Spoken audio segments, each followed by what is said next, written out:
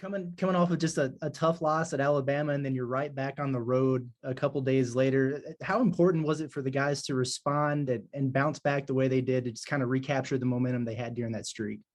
Yeah, I mean, obviously, we played so well during the streak. I think it's 9 out of 11 games now where we've held our opponent under 40% from the field. Just the maturity level, to have an emotional game like we did against Auburn, have a game on the road in a tough environment, on a Saturday in Alabama, a game that we could have won where we had the ball to close the game and just didn't win the game.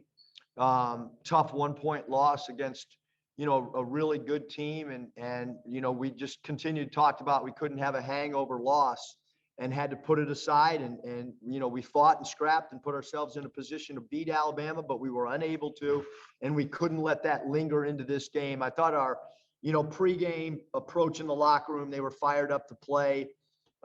They respected Missouri a great deal. And I think that's why we came out and played so well. The lead on the road for 38 minutes, really, really hard to do on the road.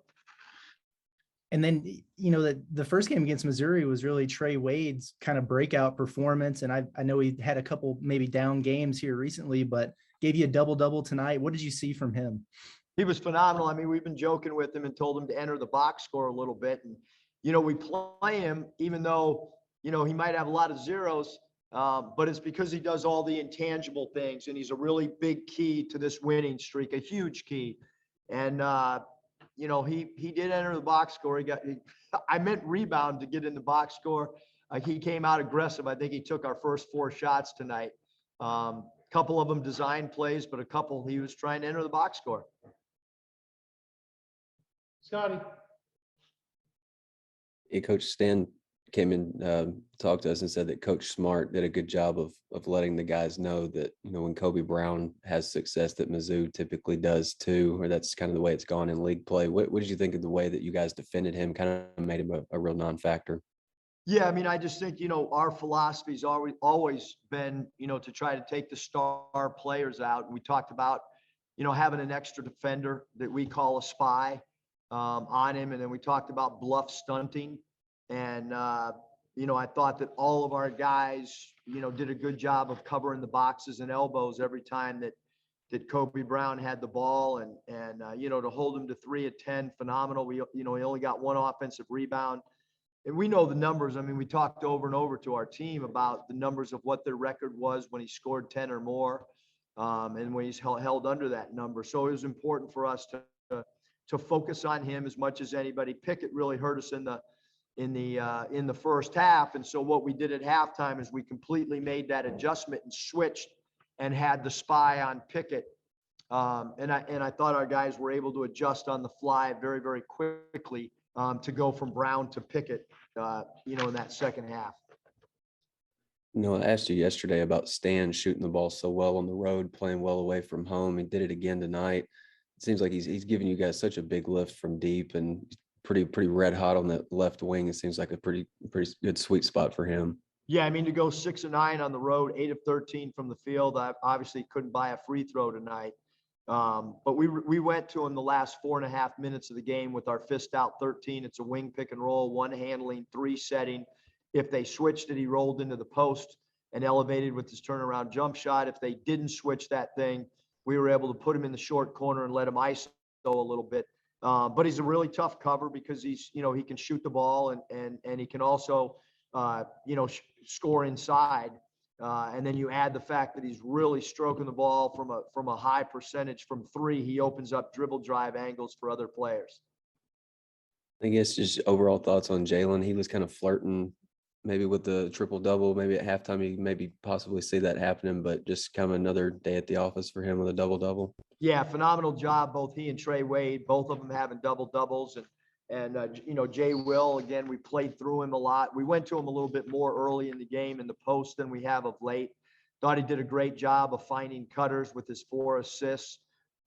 Again, phenomenal. 13 and 11s, out of that center spot's really good. And I thought he did a really good job guarding Brazil as well and not giving up a 3 to Brazil and contesting all 3 of his shots from 3.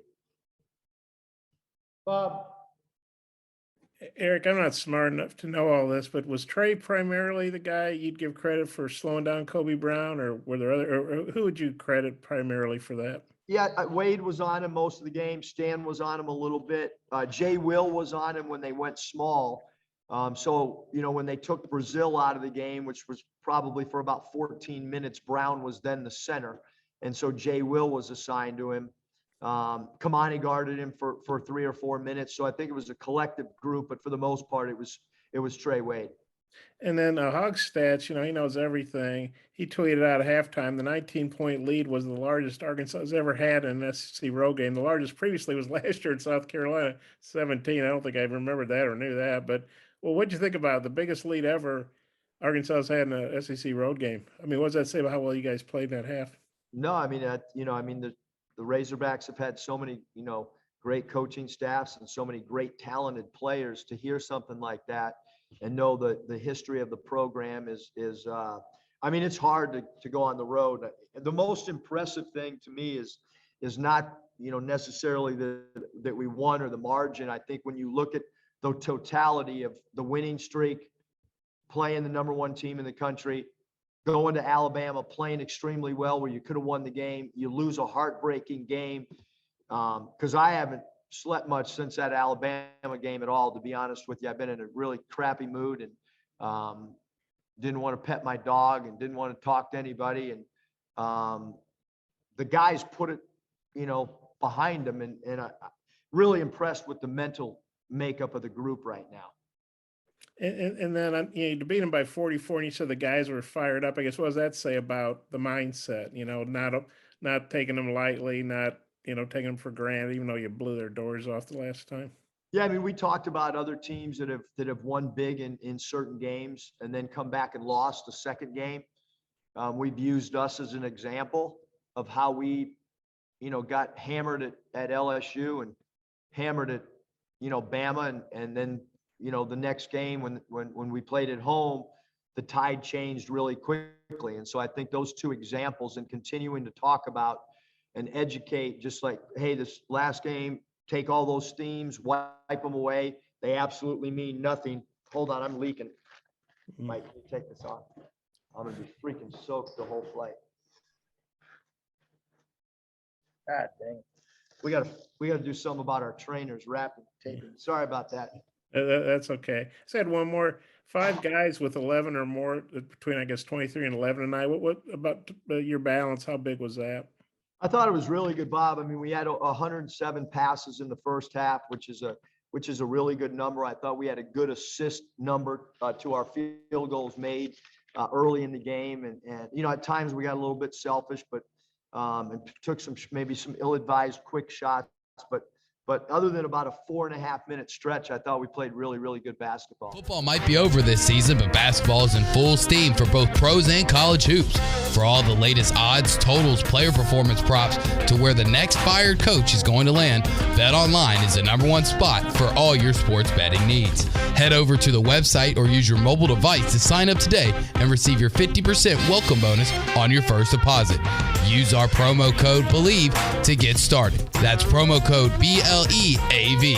And it's not just basketball. BetOnline is your source for hockey, boxing, and UFC odds, right to the Olympic coverage, is the best in the business. From sports right down to your favorite Vegas casino games, BetOnline is your #1 online wagering destination.